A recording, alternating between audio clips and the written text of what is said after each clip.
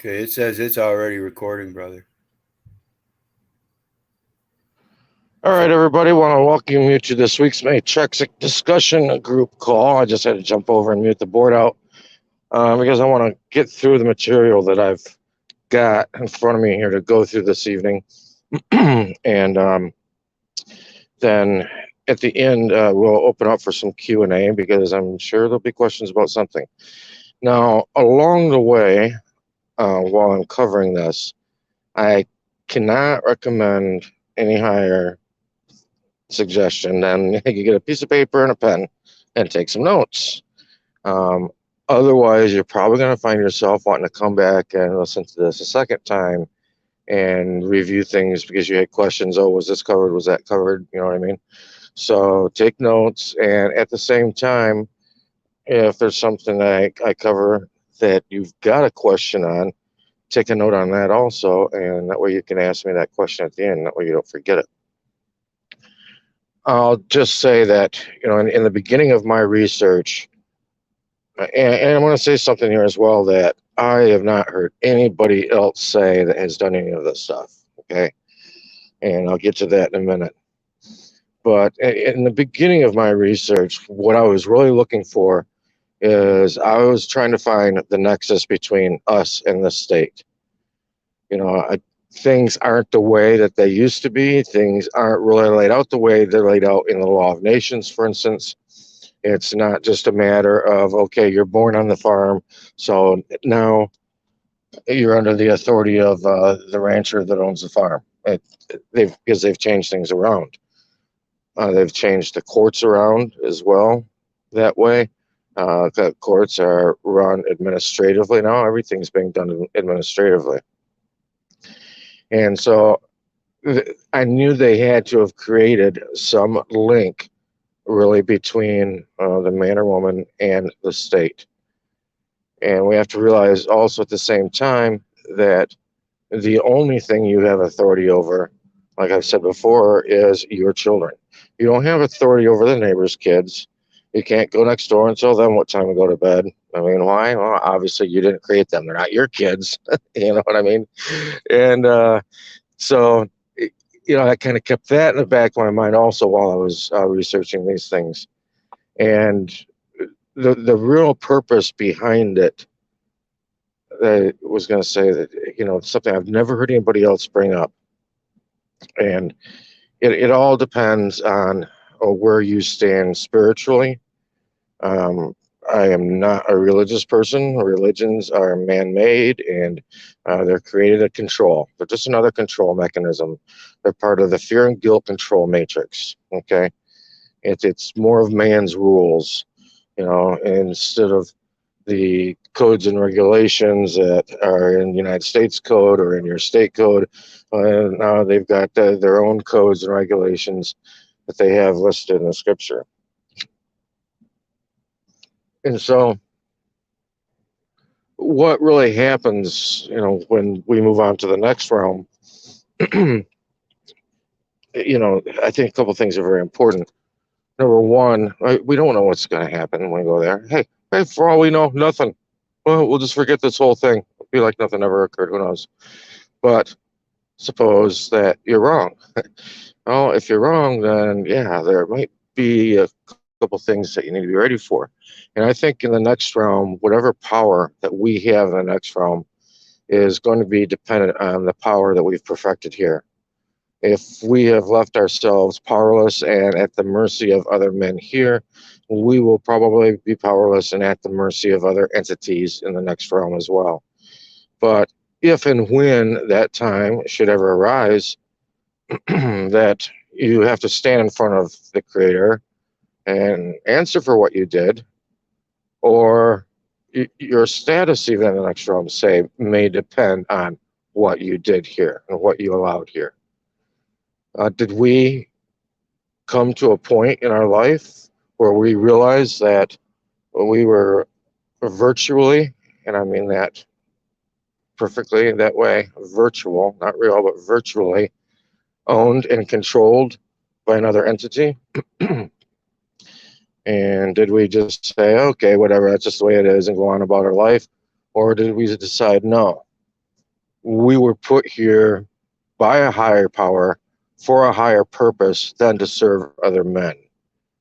So, no, I'm not going to be satisfied with that, and I am going to do something about that, and I am going to take back my place of control, my place of power. And that's why I started really doing the research I did, because at the end of it, my goal was not to get, knock on the door, oh, I put a big ribbon around your neck. Oh, you made it, Brian. You're free now. You're one of the few, but you made it. No, because that's the way it works. And that's not what I was looking for. I wasn't looking for any acknowledgement from other men. What I wanted was an acknowledgement within myself, within my heart, that I had done everything that I could see that needed to be done. And not just throw out something and then just see what sticks to the wall, but actually really research, really learn, and get it done correctly. Because the better you get everything tightened down, actually, the better you're actually treated while you're still in this realm. And so, hey, that's a big plus right there, isn't it? To be treated well here. And so on my journey, I ran into a lot of the things a lot of people run into. I started running into a lot of the different gurus teaching different things. Everybody had their own little processes, and people were like, oh, it's about this or it's about that. And, I spent probably 6 months listening to people argue about, you know, whether everything is based on, equity or if it's based on trust, you know. Or if it's really contract, or is it contract or is it trust, you know. And I decided, I'm going to stop listening to a lot of these people, because there's a lot of these things to really wrap your mind around and learn. And so I'm going to go and I'm going to learn those things as they really are. And along the way, anybody I listen to, I'm going to listen to different things that, say, like judges say, or things that attorneys are saying or clerks are saying. And I'm not talking about the bullcrap that they tell the public in general. I'm talking about the things that they say when they talk to each other, because you can find places where they actually do speak to each other. There's not everybody else around. And when that is going on, they aren't bullshitting each other because they know the truth. They know what's up. So they're not going to be feeding the lies. They're not going to be hearing those lies that they give out to the peasants and to the masses. So in looking on what everything is established as today, and where there's real authority at regarding, say, a business, for instance, or even boil it down to something simple like the vehicle, your auto, your car. Everything is based on title. Everything's going to be about a title. And there's also going to be registration involved with that title. If you go to purchase a vehicle from somebody and they've just got a photocopy of the certificate of title, are you going to buy that vehicle from them? No, absolutely not. You want that, blue and pink or white paper or whatever that actually comes, the actual certificate of title, the real thing that came from the Secretary of State. You don't want a photocopy. And when people are born, unfortunately, that's really what they give you, is that they just give you a copy. They give you a copy of the title to really what they refer to as an organization. I would say it's also referred to as a partnership. Okay. I hear people talk about, and this is the early stages, and I can tell when I'm speaking to people on some of these different topics where they're at in their learning process. I can say, oh, that was me 5 years ago. Oh, that was me 3 years ago. Oh, that was me a year ago even. Or even now and then, which is very refreshing, I see somebody that's like, oh, wow, you've got some pieces I have never even thought about yet. You're a year or two ahead, past me even, And that's always exciting when I hear that. I love that stuff. But early on, you'll hear people refer to this other entity as the straw man. And I think the more and more people learn, they kind of walk away from using that straw man word. A straw man um, is normally one of a couple things.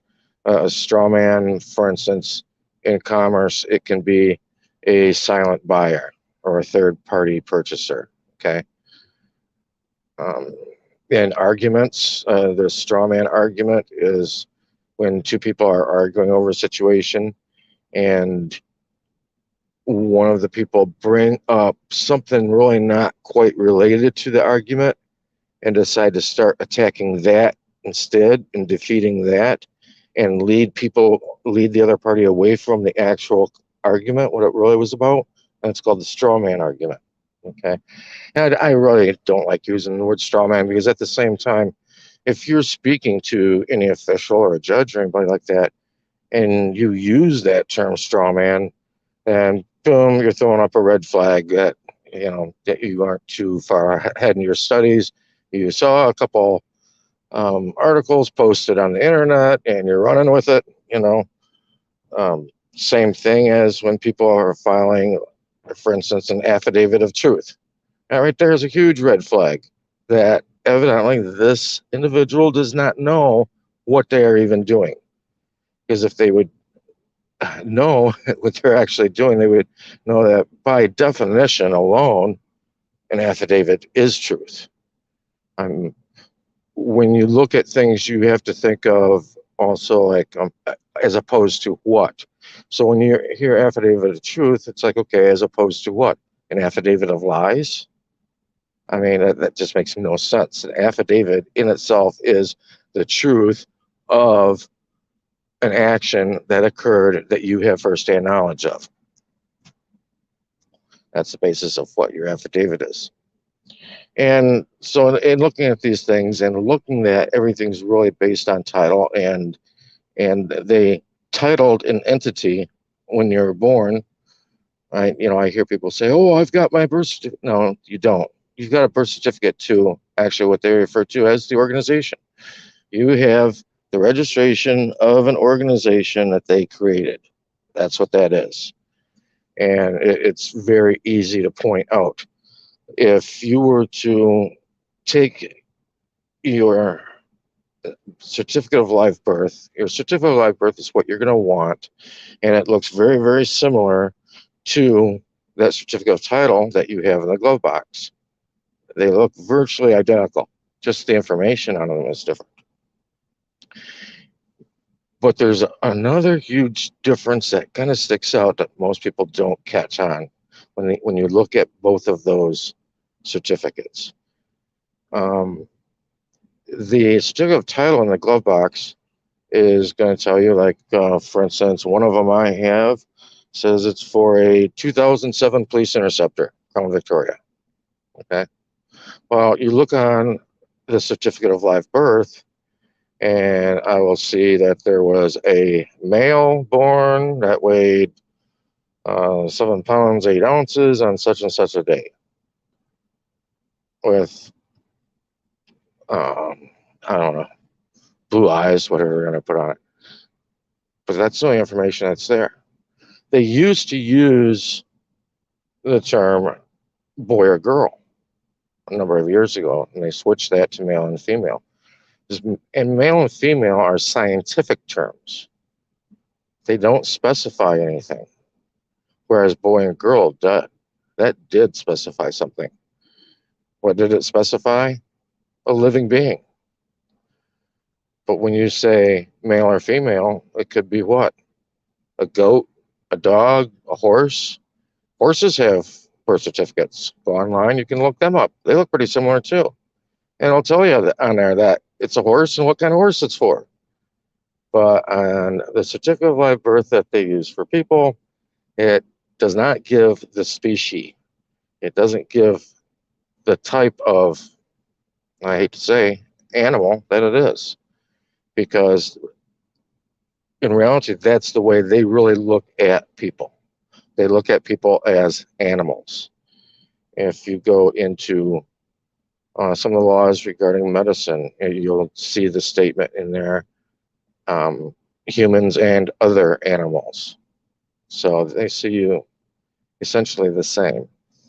And that's why their viewpoint of right and wrong and morality is way, way different than ours is. And that's something I'm probably going to be covering in the next week or two, because I'm going to start getting into what's really going on behind the scenes that the majority of people don't really know about. So, in knowing that, number one, things are set up and they're titled and registered.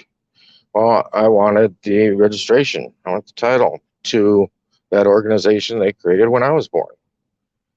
And you get that by I contacted the State Department of Health, not the county, the state's Department of Health, to request a certificate of live birth. I will get into a little detail on this process because something interesting happened and other people may run into it as well. And when I went to do this, ordering the form was one of the first things I did, but I spent 2 or 3 months researching the whole situation before I did it. And while I was ordering it, waiting for it, I was researching the authentication process, trying to get all the little nuances around that. There was several things that I had to read 3, 4, 5 times because I had remembered a couple keywords and couldn't remember what they were, but I knew I should have written them down, which is why I say, take notes on this as well tonight. While I was on the phone with them, and I've spent hours on the phone with Vital Statistics, and same thing with the State Department of Health. And when I ordered the certificate of live birth from the State Department of Health, this conversation was shorter. It only lasted about 10 minutes or so. And all through it, I talked about the certificate of live birth. And at the end of getting done with placing the order over the phone with the lady, she said to me, she says, okay, your birth certificate should arrive within 10 to 15 days. And I was like, whoa, hold on a second. I've never said anything about a birth certificate. I've only talked about a certificate of live birth. And she kind of tipped her hand a little bit there. And she said, well, what do you need it for? So when she said that, showed me, yeah, there's 2 different forms, definitely, right? She's admitting it now. She said, well, what is it needed for? And a light bulb came on the back of my head. Everything is commerce, right? And so I mentioned a commercial activity that I was going to be doing overseas. And she said, oh, well, you need your certificate of live birth then. And I'm thinking, duh, isn't that the only thing I've been talking about? But anyway, they're going to try and walk you into getting the different form, which might be more of just, I don't know if you call it a land title. I almost kind of think of it as a souvenir that you put on the wall of the child's bedroom. When we ordered companions, we just let them know we wanted both copies, the one from the state and one from the county. And it's going to be different with everybody we talk with. You know what I mean? So, and if you want more details, because there's a whole lot of our details that can be added into doing the authentication once you receive the certificate. And I recommend doing 3 of them. The reason why is 1, you can lock away in a safe that it'll always be there. The second one might be one that you keep in the car, in the glove box, so that you can show to whoever, if you're talking to people about it or showing it to somebody. And then the third one is one that you can keep maybe in another safe spot in your home. And the real reason for that third one is because, I don't know, if anybody's like me, you're always hiding stuff on yourself. You know what I mean? And you might stumble across it 5 years later, whatever, but between now and then it's gone. So it's good to always have that third one. And at the same time, when these do get used for things, when it is used for things, really the original is never presented. If you're doing things through the mail and stuff like that, all of those things are done with a photocopy of it. And you can go and staple them back together. Don't take them apart when you photocopy them. Always leave them bound.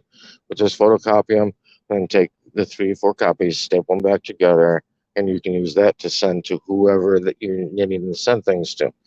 Because while I was then waiting for the authentications to come back from the federal level after I'd done the state, many of the states, you can go to look for Department of Authentications for the specific state. They might have a department that does it.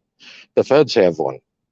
Theirs is located in Sterling, Virginia, and they have you fill out a 4194 form to send along with it. Most of the states don't have a form for it, but they'll just ask you to send something stating what it's needed for, what's being done. And what you're going to want to do is you're going to name a non-Hague nation, okay? If you just don't write anything or accidentally write down a Hague signatory nation, it's only going to get apostilled. It will not get authenticated. And the authentication is the highest level, all right? And so while I was waiting for these to come back, I'm deciding how I'm going to handle my future items and what I'm going to be doing with this. And I can't believe how many people contact me and say, Brian, I got my authentication done. What do I do now? And I'm thinking, you've been sitting there staring at the mailbox for how long? Not even thinking about this? I mean, you should be thinking about that. You should have this figured out ahead of time. And so what I did after I received mine back, the authentication was used, a copy of it was used, and always on the copy, write on it that it's a copy. Don't try and play it off like it's the real thing. That's fraudulent. It was used as an exhibit to a notice that I wrote to the Secretary of State. And a lot of people ask me, oh, should I send something to the sheriff or here or there, the governor? And it's like, no, Secretary of State. And there's a couple reasons why.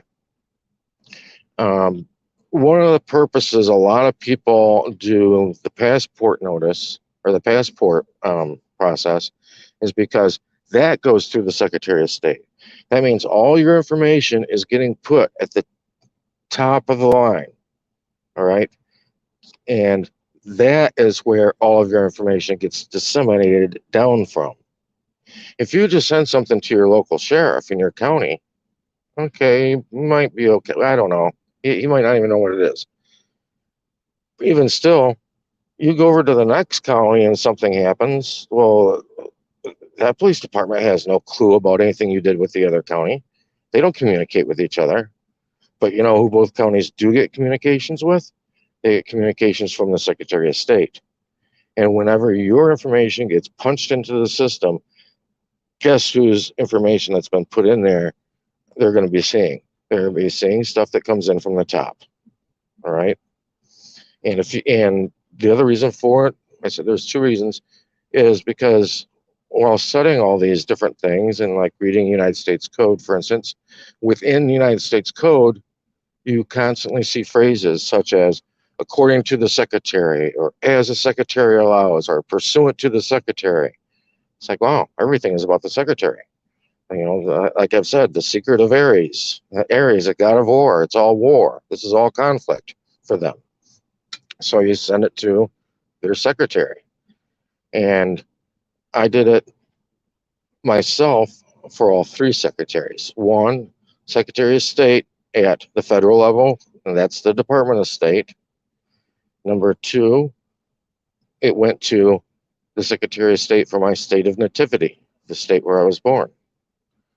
And then it went to also, 3rd, the Secretary of State for the state where I currently dwell, which would be Florida. All right. Now, I mentioned the notice that I sent, and it was just a 1-pager. It basically said where I stand, who I am. It gave about 5 short little paragraphs, and each one of those paragraphs had an exhibit that went along with them. And so now I'm going to lay out for you the things that I was doing while I was waiting for that authentication to come back from the state level and then the federal level. And these things were the exhibits that went to the statements that were made on the notice that I sent out. That notice is easy to find if you go to my Facebook. And at the very top, right underneath my photo, you're going to see something that says declaration. You go and copy and paste that into your favorite great Oracle, Google, DuckDuckGo, Bing, and that will pop up my notice. And along with that notice, each one of those paragraphs had an exhibit that went with them. Like I said, those were the things that I was doing while I was waiting for the authentication to become finalized. And I'll cover those here for you. One of them I did was the DBA, doing business as. And it really varies on the different states. Minnesota doesn't have a DBA, they have assumed name certificate. That's what they use in lieu of a DBA. This is not the same as a trademark. Sometimes they might be loosely connected, but it's not the same as a trademark. Those go along with more with something like a service that you provide, okay? The DBA is just the name that you are participating in this realm in. I remember, yeah, I always think it was Washington State, but it wouldn't have been Washington State because they don't have a Secretary of State. The Lieutenant Governor does everything. So I think it was probably Oregon. The Oregon Secretary of State's office, I think it was. I was reading an article by them where they said that people doing business with an unregistered name may not have standing in court. And I thought, oh, wow, that makes sense. Because what's court? It's all business, right? Isn't that what they tell you? Don't worry about it. It's just business. Even in court, you're in there participating in commerce. You're doing business. And that could be a weakness as to not having standing when you go into court. Because the only place that name in their legal world has been listed is on that registration of the organization they created. And so they see you as being the agent for that organization. When you go and claim to magically all of a sudden be that name, you're going to personify a piece of paper, I guess. I remind people, go back to the song by Johnny Rivers from, gosh, what was it, 50s or 60s, called Secret Agent Man. The chorus in that song is that they've given you a number and they've taken away your name. I mean, I think told everybody right there what they were doing. So in setting up the DBA as well, a lot of people will say, oh, well, whatever you're signing with the state, it belongs to the state. Yes and no, not always. When I did mine for Florida, I went online to do it, and I remember one of the first things I read on there, it said, you cannot do a DBA in your legal name. And I thought, okay, let's see. And I started filling out the form. And I came down to the line that said, is this a trust? Is this a partnership? Is it unincorporated? Is it incorporated? And I thought, ooh, that's it right there. That's the key. It's unincorporated. So I checked off unincorporated. Finished filling out that one-page form. And the next morning at like 10 o'clock, I get up and I've got an email from the Secretary of State. Your DBA has been approved. I thought, okay, so that's the key right there, at least for Florida, for doing what they call the legal name, is doing it as unincorporated. And I also found it very interesting that, the next day I thought, you know what, let me go online and see where they, how it's listed on there, what it looks like. So I go on to where their DBAs are at, and I'm going through the P's, and so I see a couple Parker businesses. I'm not there. What's going on? They had it listed in a totally separate section from regular businesses because it's unincorporated. They'll file it away with things more like stuff that have to deal with the natural man or woman, with marriage or with death, something like that. Okay. So I did the DBA, and guess what? That was one of the exhibits that went along with the notice. At the same time, I went ahead and I did an ordination through a non-501c3 organization. I used Universal Ministries out of Chicago. And it's interesting, if you go online and look up Universal Ministries, they'll give you the first 2 or 3 listings will all be for Universal Life Ministries. They want to head you in that direction instead.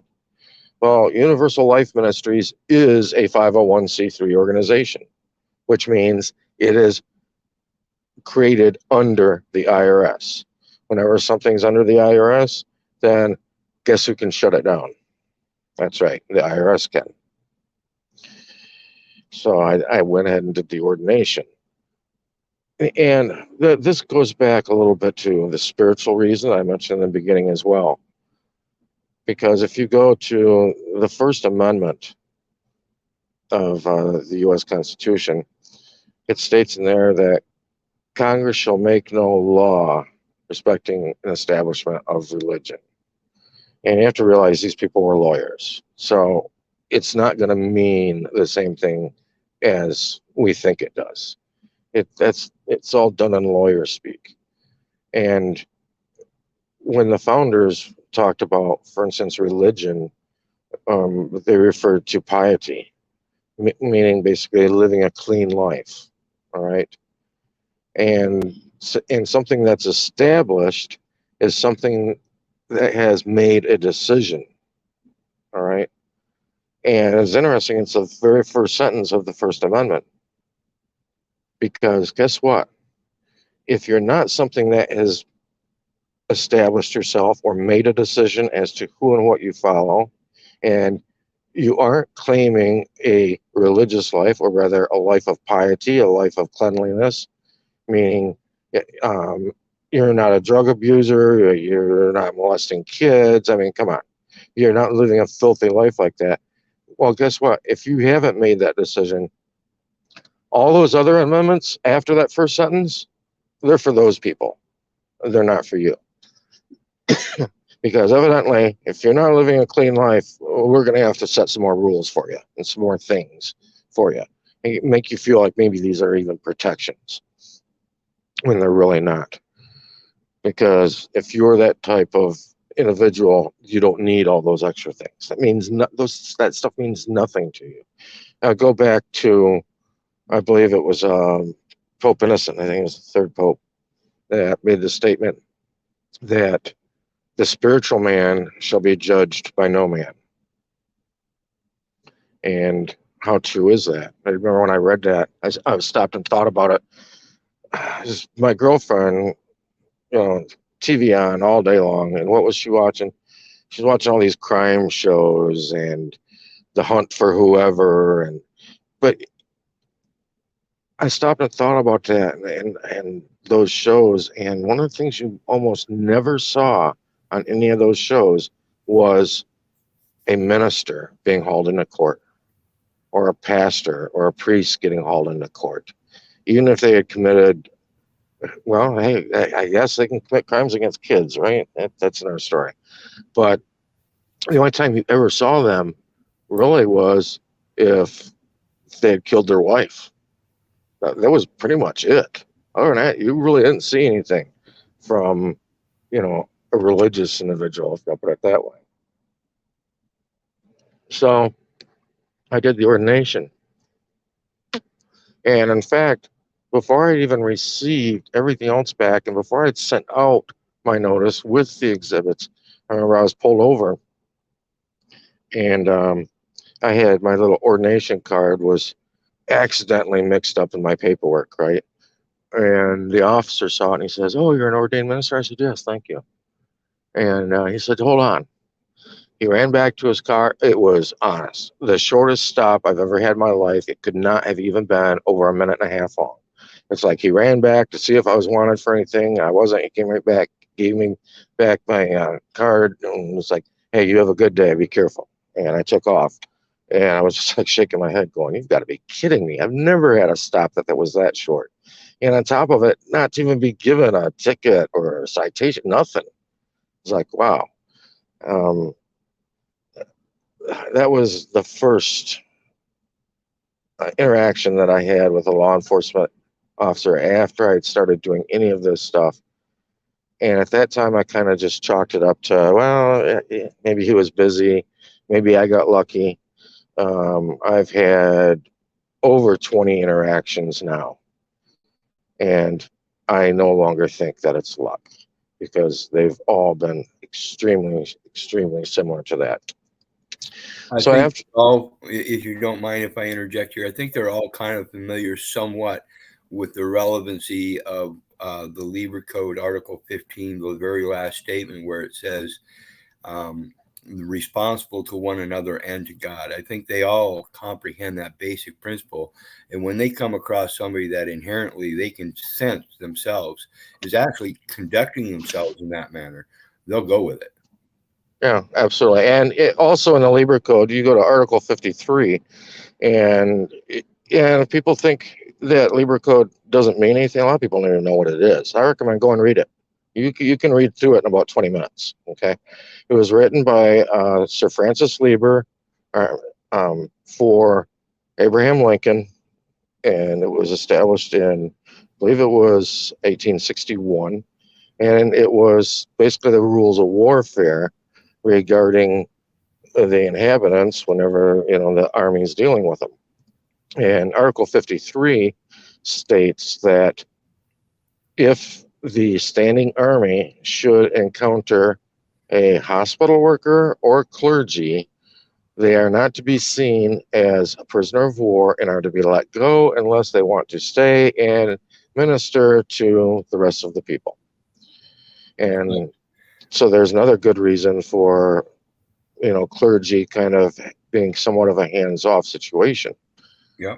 And that Lieber Code, if you comprehend what partisanship is, the Lieber Code is the military partisanship, and the democracy that we have is the political partisanship.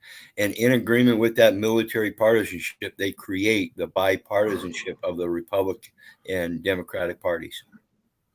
Well, and to even show some of the legitimacy for the Lieber Code, I remember, gosh, about 12 years ago, seeing a reference to it in an Army field manual. But even aside from that, if you look at the Army field manual, where it talks about uniforms, and we hear about stolen valor being talked about every now and then, they normally put stolen valor stories in the newspaper leading up to like the 4th of July. And what it is people that have gone and they put on a uniform or outfit or whatever, and they try and play off like, they were in the military. When somebody goes and looks into their background, they find out, no, absolutely not. That person was not in the military. They were not a freaking staff sergeant. They are full of freaking crap, da da da. But where it talks about uniforms in the Army Field Manual, it states in there that no one shall wear a patch of an American flag on their shoulders except for the military. Now, can you think of any officers you've ever seen that have U.S. flags on their shoulders? I see them all the time. This is what proves that we have a standing army that has been fitted by the U.S. government against the Second Amendment. Not only can you not have a flag patch on your shoulders or on your uniform, but you cannot have stars either. And the star is most commonly used. All right, so the next thing that I did that was also used as an exhibit was my resignation of voters registration. And I've heard some people say, oh, I've never voted, I've never registered to vote. If you ever went to apply for a driver's license when you're 15 years old, chances are, odds are really good, you're registered to vote. Automatically do it there. I've had a lot of people say it to me, and I'll ask them, okay, where do you live? What county? What state? And I say, I'll call you back in 5 minutes. And I call them back and I give them their voter registration number because it's not too hard to find.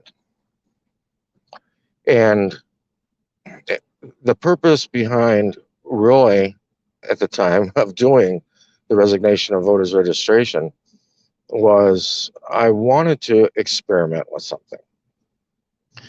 Because all this time while studying and everything, I mean, when I started in on this, I got rid of the TVs.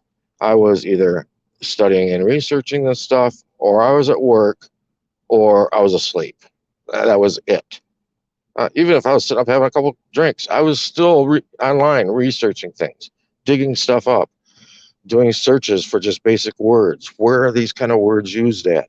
Such as when you get the authentication at the top of it, it'll say, to whom these presents may come, greetings. I thought, God, that's a weird statement. So I went and did a spider search online. Where all is this used at? I found it used on documents dating back to 1600s. And it seemed like every time that I saw that wording used, it had to deal with the transfer of property.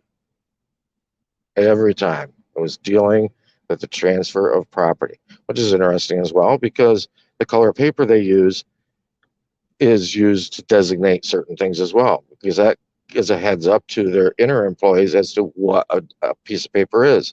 If it's green, it might mean an eviction. If it's pink, it means something else. If it's tan, it has to deal with property. Okay, it has to deal with land. And, ashes to ashes, dust to dust. That's what we are. We're land. That's where we came from. That's where we'll return to, at least physically.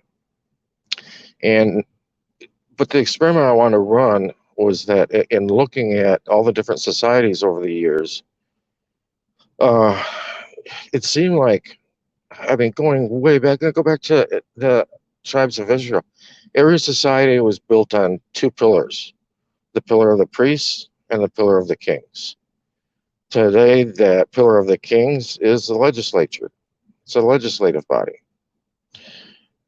And the pillar of the priests are those cross-dressers in the black robes in the temple downtown. All right? And they depend on each other. So what happens if you knock one of those pillars out? And to me, getting rid of the voters registration with evidence of having done so would be best way I could find to knock one of those pillars out. And so I did that. I did that in like November, the year I did it, because I knew that right at the first of the year, or the week of the first of the year, is when they go and they update all their computers for the counties and the state and everything for governments. And so I did it towards the end of November, so it'd be in there in time. And about second or third week of January, I called up the supervisor of elections office and said, yeah, I understand there's a guy by the name of John that's in charge of doing voter registration information. And is he available? So yeah, I spoke to him. And he said, okay, yeah. He says, I pulled it up on the computer. I see it right here. Yep, you're no longer registered. I said, good. And I said, is there a way I can get a copy of that? Because it doesn't matter what you do. You can do all these different things in the world or whatever. But if you don't have evidence of it, it doesn't mean crap. You can say something to a judge or a law enforcement officer or a comptroller or whoever.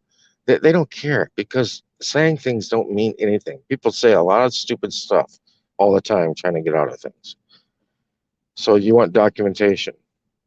And he said, sure. He said, come on down to the office. I'll give you a copy of it. I was like, cool beans. I jumped in the car, ran down there. I go down to the supervisor of elections office. I go in, a good-looking young girl behind the counter. I said, yeah, I talked to John, and he said I could get a copy of the form showing that I'm no longer registered to vote. She said, sure. She went and ran it off from the computer, went down to the end of the counter. She had an embosser that looked like it had to be at least 30 years old. The thing was like 2.5 feet tall. It wasn't one of these little hand things that you do nowadays. So she embossed it, and she signed it and gave it to me. I was like, perfect. About 3 blocks away, there was an Office Max. I stopped and I made copies of that sucker. I'm keeping the original, right? And in Florida, at least in this area, it seemed like on the average, once every 2.5 months or so, I was getting a summons for jury duty. And sometimes I just throw it in the garbage. That's normally what I did. But this time I thought, let me try something different.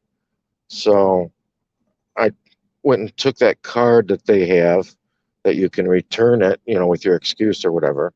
And I just checked off a couple boxes on it and taped it to the front of an envelope, folded up a copy of the voter's deregistration, and put that in the envelope, mailed it off to them.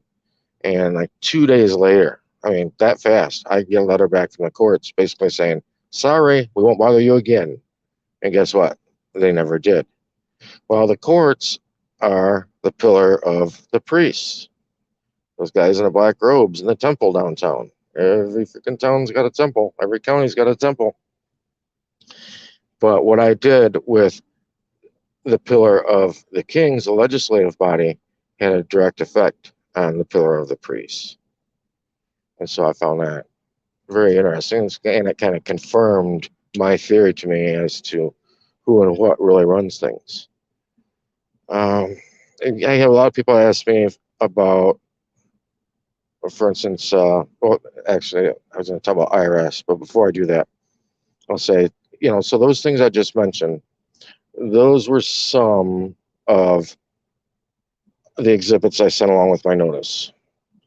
For instance, say for my authority of law on my notice, my exhibit for that, I just photocopied the front of my 1611 King James Bible. And that was the exhibit for that, okay? But those items there were the exhibits that went along with my notice, and the notice went to Secretary of State, State of Nativity, state where I live, and to the head secretaries, the Department of State. That's the federal level Secretary of State. Anyway, I was going to say, some people have asked me, for instance, about handling IRS. What do you do with them? I will say that with the IRS, I don't give out any advice or any info on that. But I will tell you that I have good reason to believe that after 3 years of not having any contact with them, they list people as NF, a non-filer. Okay? And I think the best results really are for people that live in states where there is no state income tax, because in law, the only people I think that are required to file a federal income tax are those who are required to file a state. And so if there is no state, there's no requirement. And along these same lines, that there's other things in life that we're going to come across, such as your address, such as marriages. Let me touch on marriages really quickly here. When I was researching marriage, we all know how the peasants are all taught how to do it, okay? So I want to see what the so-called elite do. I want to see what people in Hollywood do. I want to see what the really rich people do. And I noticed so many of them were having private marriages. And very often they had a prenuptial, which would be part of their contract or agreement that goes along with their private marriage. But when you see they're having a private marriage, it's like, wait a minute. Does that mean like only family and friends are invited? No. It means the marriage it's like court. Court is not the courtroom. Court is not where you go in and you get called forward. Court is the paperwork. The same thing with marriage. Marriage is not where the man and woman are in the church exchanging vows in front of a priest or a pastor or whatever. The marriage is the contract.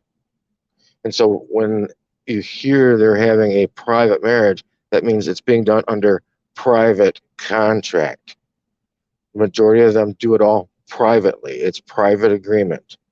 And if you look at Article 1, Section 10, Clause 1 of the U.S. Constitution, you see in there that it states that no state can impair the obligation of a contract. Ooh, so guess what?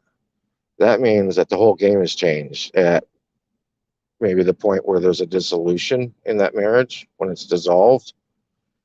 You hear it referred to as divorce a lot of times, but if you look at it legally, it's being a dissolution. It's being dissolved.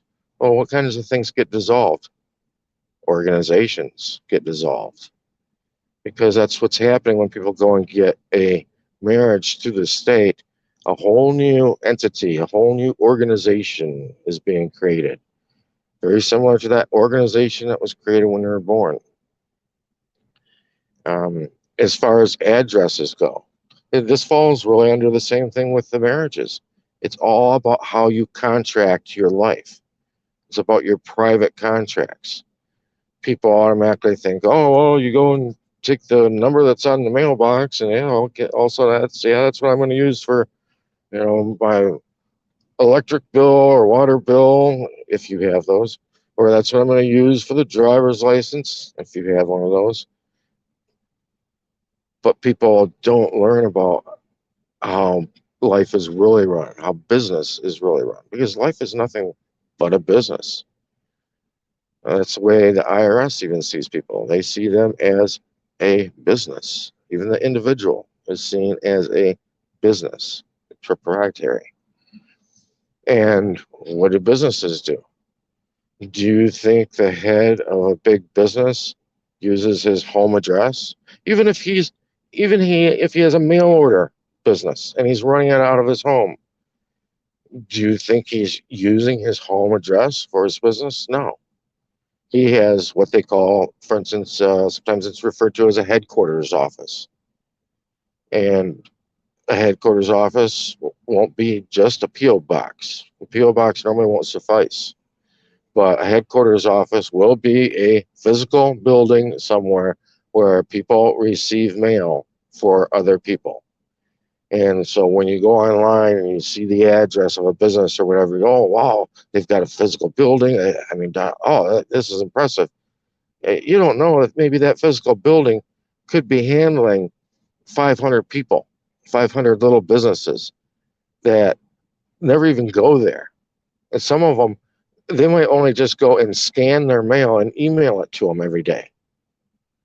Since some of them might have a handful of owners that just come in once or twice a week and pick up all their mail. Depends on how the contract is set up. And that's a really great way to keep people from showing up at your doorstep. Just an FYI, throwing that out there.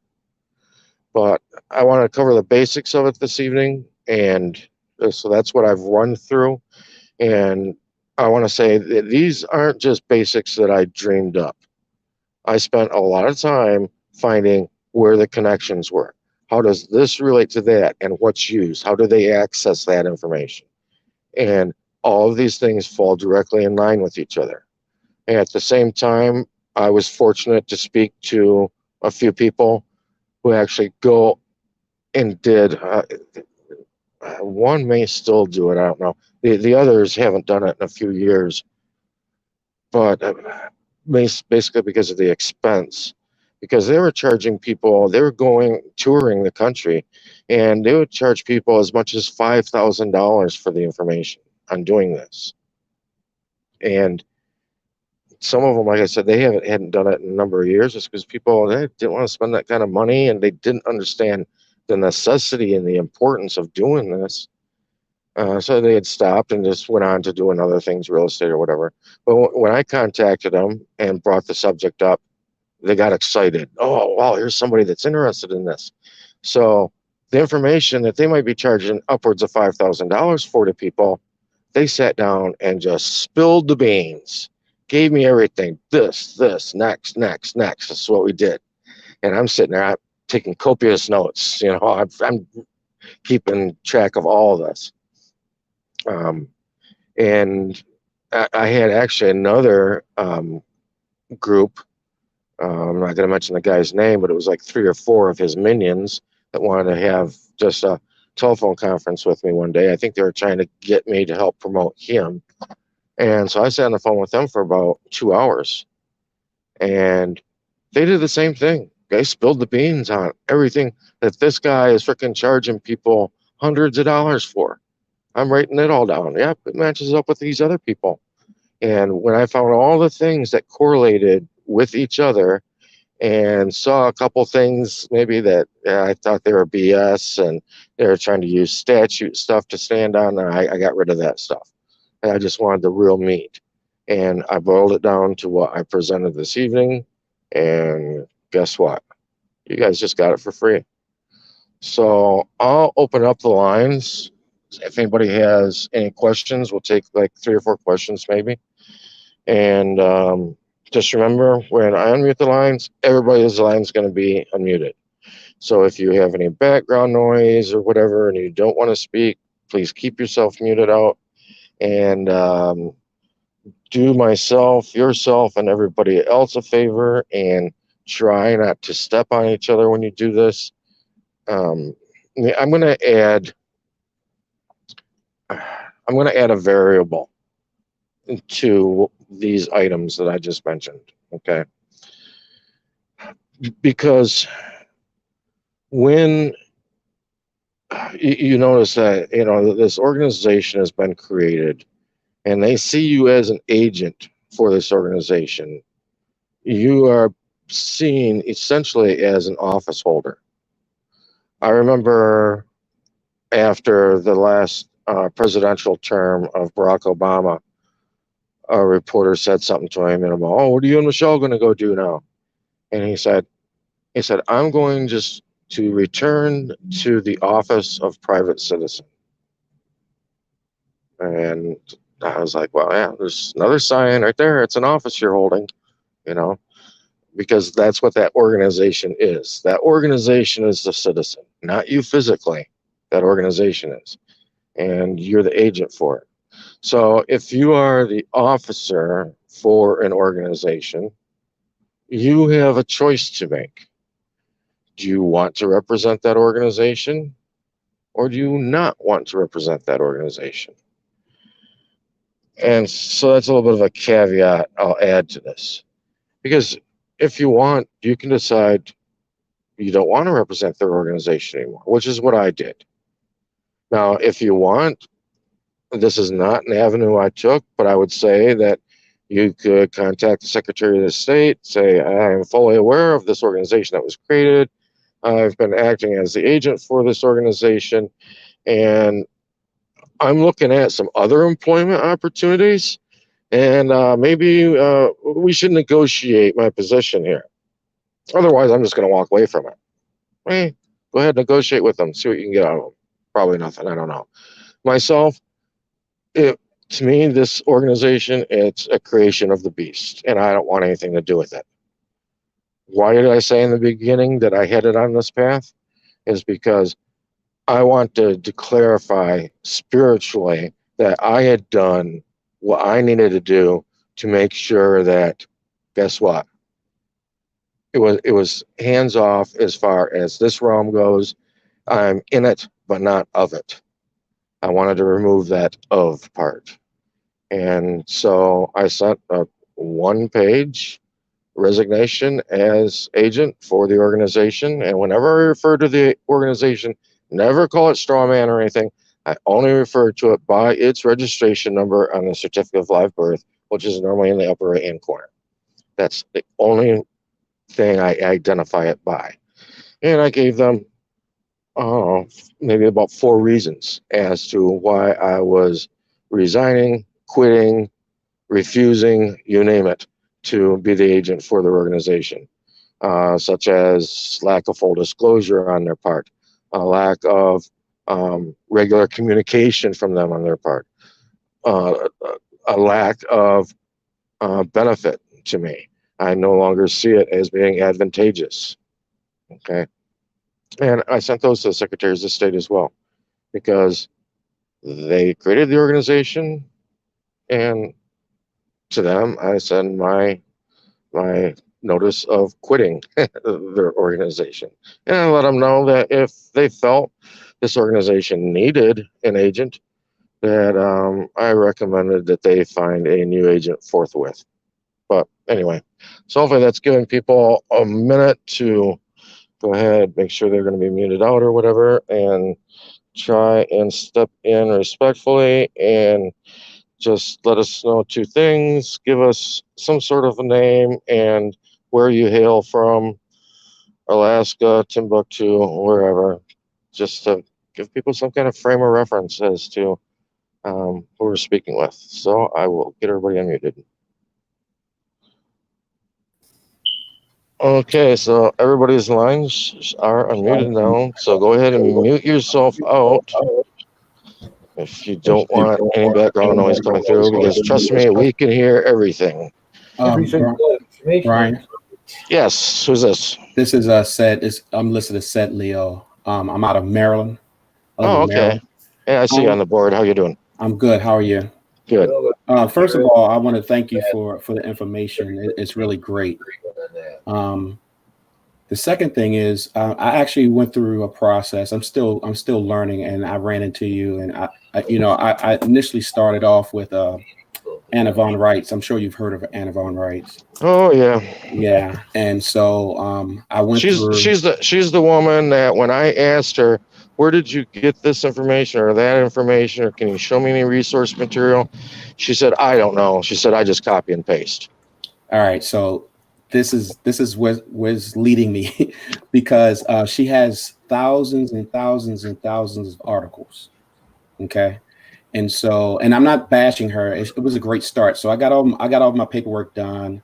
I have it actually placed into the county through that process, which I'm very grateful for. But it wasn't something that was fulfilling for me, and I was thankful for running into you. I did have one question. You talked about I wanted to go through that process of actually I went through and already got authenticated. My next step was to actually go to the state and actually do a unincorporated business under my name and get my trade name as my name itself.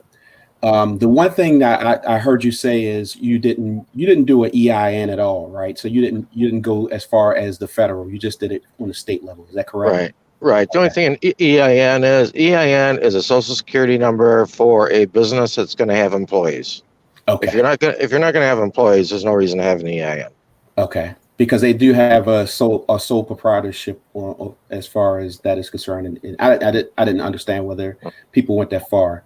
Well, I'll say too that's what the IRS already sees you as. They see you as a sole proprietor. Gotcha. Whether you mark that box or not, that's the way they view everybody. How did that impact your banking? Once you did that, how did that impact as far as if you're still doing banking? How did that impact your banking at all? All right, yeah, cool. I'll give you a little story on that. I went and switched my accounts over to being under my DBA. All right, so they set them up as business accounts, and at the same time, I set them up as non-interest bearing accounts. Gotcha. Yep. Because everything this system does is they mimic the Bible. Okay, go and read Title 1 of United States Code, and it virtually mimics the first book of Genesis. Okay. The establishment of the land, jurisdiction, the waters, you name it. So I set the bank account up as a non-interest bearing account because also, what does Scripture say about interest? Okay, what does it say about surety? It says that the borrower is servant to the lender, right? Well, if you're receiving interest, you're seen as a borrower. You're receiving a benefit, which means now you hold a liability. Gotcha. So I'm playing around with that theory. After setting that up, I gave it a couple months to be settled in and everything. And I went and I bounced 2 checks off the bank account. And it was Wells Fargo. And I received 2 green cards in the mail from Wells Fargo, the insufficient fund cards, you know what I mean? And at the top of them, it says that it's an insufficient fund card. The amount they charge is $30. And then it went into the details of the account, how much was in the account, what the check was written for, how much the deficiency was. And then it listed amount charged for insufficient funds, 0. They couldn't charge me anything because I didn't have any liability because I was not accepting interest from them. Gotcha.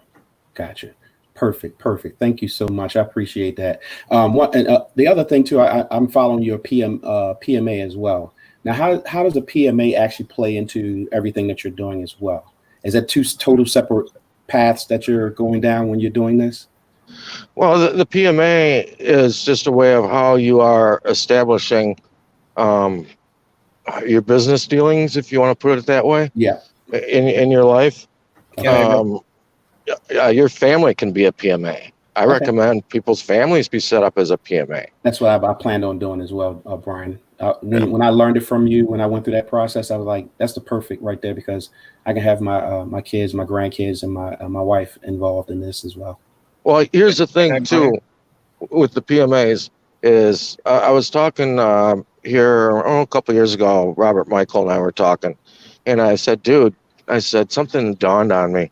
I said, all this shit everybody bitches about, like everybody bitches about the Masons or where, like they get hauled into court and nothing happens to them because they're all buddies and da-da. And it's like, I was like, oh my God, they've got their own PMA. They've got their own agreements with each other. Right. No freaking shit. Yeah. May I, Brian? Oh yeah, what's up, man? In regards to the PMA, if it's done properly, it's constructed as a trust. And particularly the way you're speaking of being unincorporated, the only ones that are suable and can sue in those courts are incorporated corporations. Gotcha. So it proves that there is, in fact, another trust in operation. And in fact, it must be private because they can only operate out of the public trust. Gotcha. Therefore, it would prove breach of trust in international private law. Okay. I'm jotting that down right now. I saw something funny the other day that somebody had posted, because evidently they had been researching private associations and private membership associations. And which, for those listening, that's what PMA is. It's a private membership association.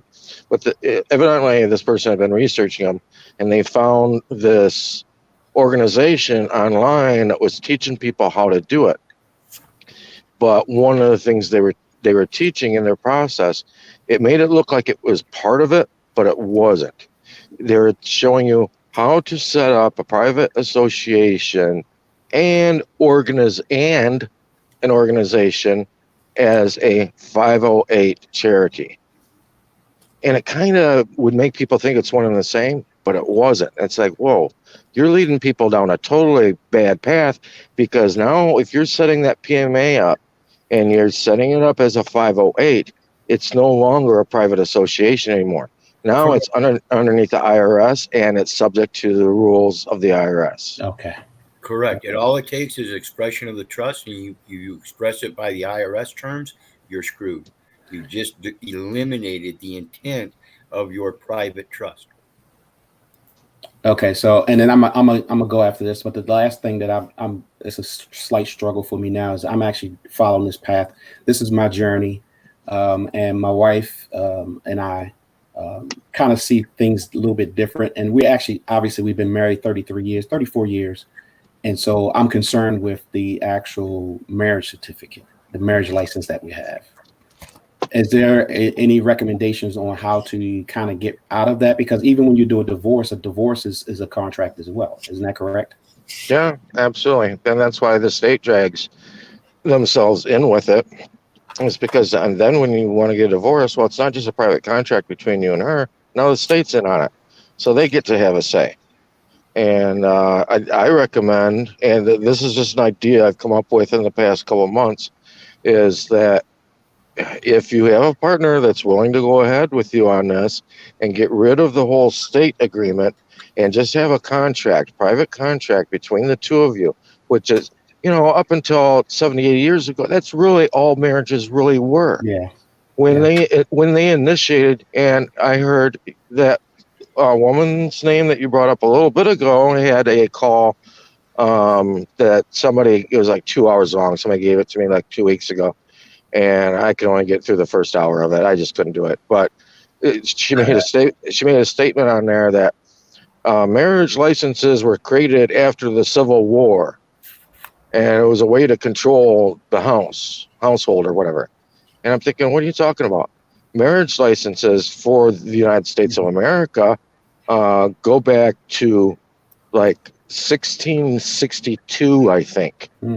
in like the Massachusetts or Delaware area. In fact, no, I think it was Massachusetts, the Massachusetts Bay Colony.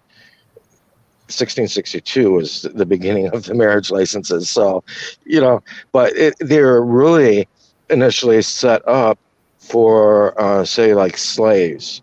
If the slaves want to marry each other, some farmer wanted to marry a slave, well, then the owner of the slave had to give permission, and that's what that marriage license really was. It was permission to marry one of his slaves. Gotcha. And it actually originated from the King James 1611 version, where the king gave himself license through that Bible for polygamy.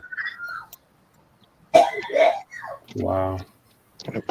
Well, thank you so much, Brian. I appreciate everything that you're doing and the information. You have. I ran into you. I guess it's been about maybe almost 6 months now, and I've gotten a wealth of more. There again, I'm not knocking because it's a path. It's a path that's laid for me, and I appreciate everything that I went through and following the American States Assembly, but the way that you laid everything out and how the path that you're following and you using the spiritual aspect of it has really resonated with me, and I really appreciate you for that. Thank you. Said, if I could give you one recommendation, Yes, sir. it would be get rid of those colons in your name. That stuff is silly. Okay. And it's not recognized. Keep the hyphen. The hyphen I have, Mm-hmm. and the hyphen, that is the only thing that's recognized in a name. Gotcha. Colons, that's another red flag. Yeah. Anyway. I only use it here. All right, brother. All right. Have a good day. Be blessed. Thank you. Bye. All right. Anybody else have anything they want to bring up? That he covered some good little topics there. I think that was pretty beneficial to everybody. And not beneficial like anybody's liable, but just helpful. I will say helpful instead. We went, an hour and 15 minutes. So it's about perfect. Hour, 10 minutes, about perfect. Is even with important information, people don't want to sit and listen to a 2 or a 3 hour. Gosh, the other day somebody sent me a 6-hour call. And believe it or not, I couldn't get through the first 15 minutes of it. I was like, this is freaking nonsense. And there's 6 hours of this? I'm like, oh no. It's a lot of people that, Brian, I've been through a lot of so-called gurus, and they all do the same thing. It's like 3 hours, 4 hours. And I'm like, and it's not going straight to the point. It's talking about a lot of things. And I really appreciate all of them because they all have their own experience. But it's like, your experience. Like I have one guy that I've been following, and he obviously he was in jail, and he went through the law library. He went through the whole thing, SPC and all that thing. But I've never been locked up a day in my life, and I don't plan on being locked up. So it's kind of hard for me to resonate with him because I've never been in that situation. I mean, he's a diamond because he was in the rough and he was locked up, and he went through and he buried himself. He dug himself out of that hole, and so.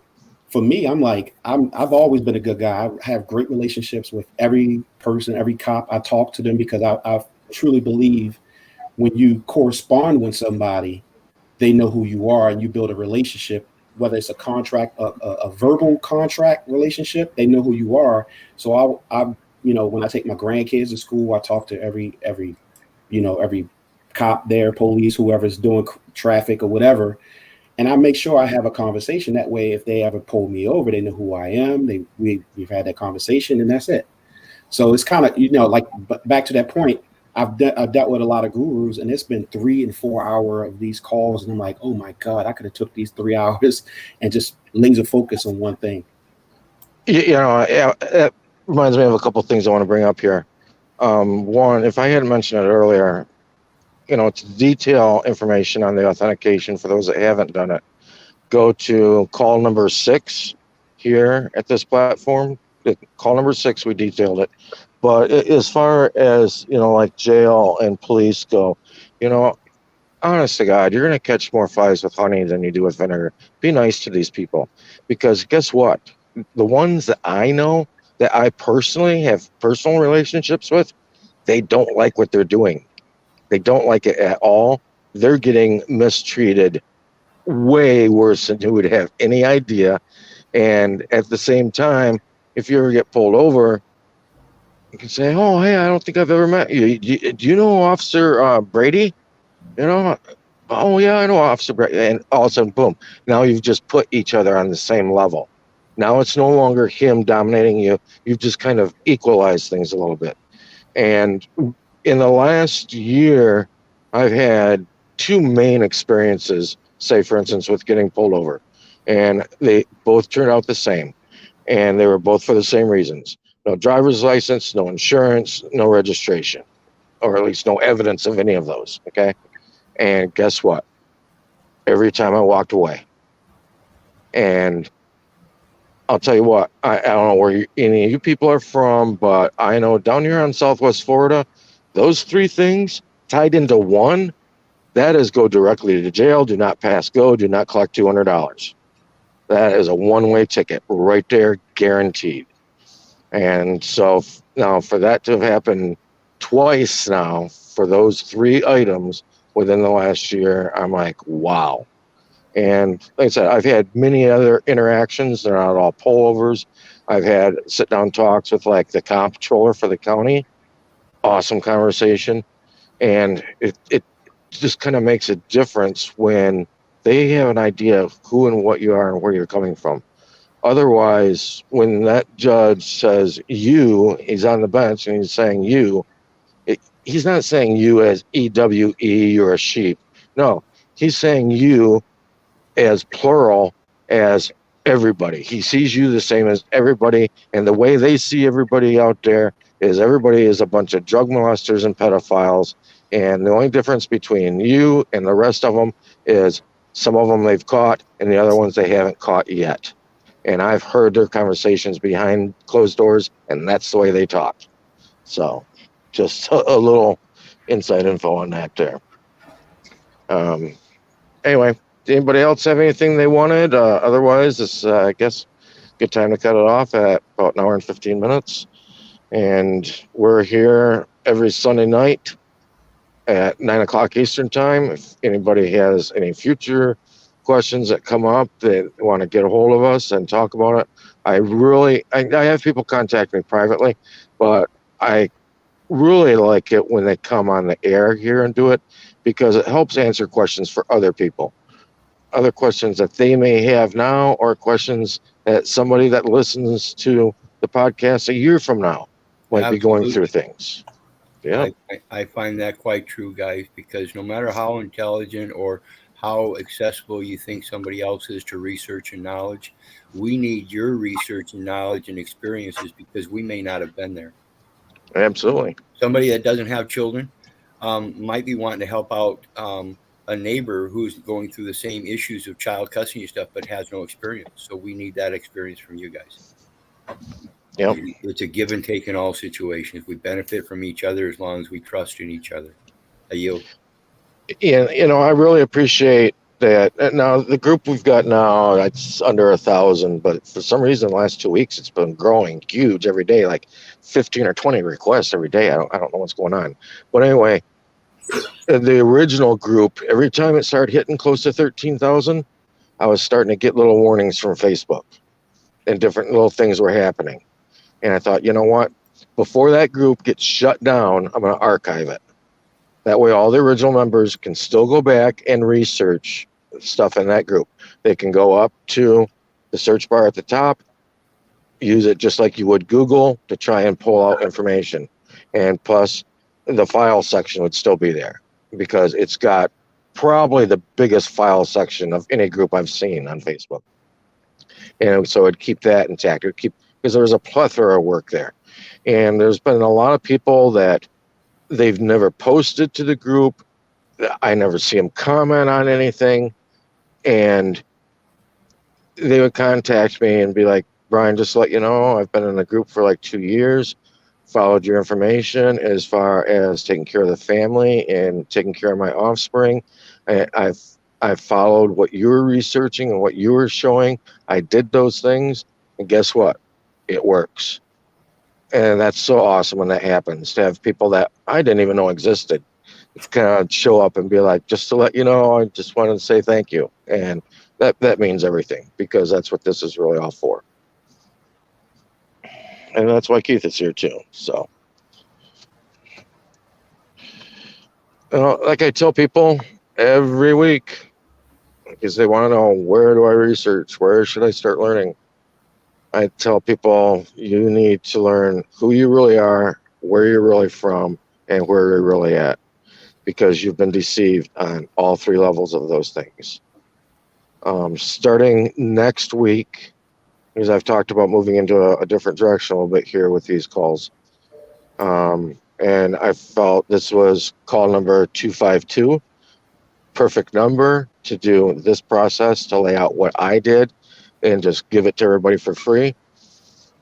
But starting next week, I think I'm going to start getting a little deeper, and at times it might feel a little bit dark to a lot of people, but I'm going to get a little deeper into the structure that's running things right now. The structure that's been running things actually for quite a while. It's just becoming a little more evident now. It's showing its face a little bit more now. And people really need to comprehend how this structure is set up, what its goals are, and the way it's going to implement the goals. They need to know the implementations, because when you see how they're going to implement things, you will start noticing things in life and go, oh my God, that's what that is. Or that's why this is happening. Or this is why that's happening. And then you'll start seeing the evidence of, I'll just call them the dark overlords. Because that's really what it is. It's a dark overlord. All right, everybody. Well, cheer up, smile, have a great life. Hopefully people can put some of these things into effect, because I guarantee, done correctly, you are going to see results. I promise you. Life becomes a lot smoother. Good night, Keith. Good night, everybody. Yes, people, take it to heart, because that's where it started from. Amen.